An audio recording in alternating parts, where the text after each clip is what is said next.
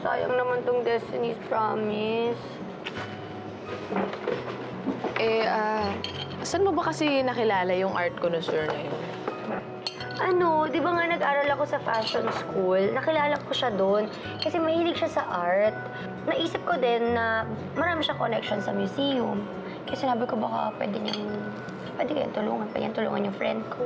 Ikaw yun.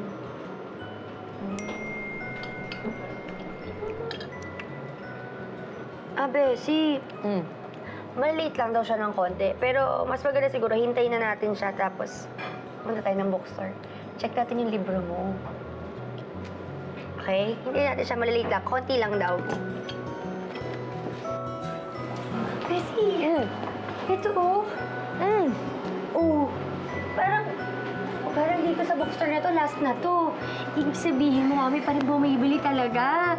Naku, Bessie, sabi ko sa'yo, mag-restock sila, mag-reprint sila para sa'yo. Tapos, syempre, bagong kontrata, meron kang second, meron kang third, tapos meron kang fourth.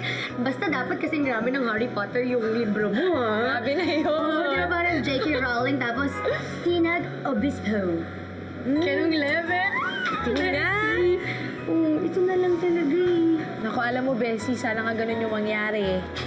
Akala ko talaga naapektuhan nung Fiona na yun yung sales ng libro ko eh. Ganun masano. Tinan mo, bestseller pa din.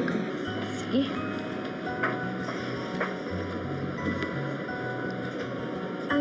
Miss, last na lang ba talaga to dito sa bookstore ninyo? Bakit hindi kayo mag-restock? Baka naman meron bumili. Anong gagawin nila? Maghahati. Ay, ma'am. Isa lang talaga ang kopya niyan. Tagal na nga niya dyan, walang bumibili. Ang chismis. Kinopya lang daw kasi yung laman ng libro. Talaga ba? Tapos, Sino ba naman ang bibili ng nakaw, di ba? talaga? Nabasa ko na nga yan eh. Yung kopyang yan.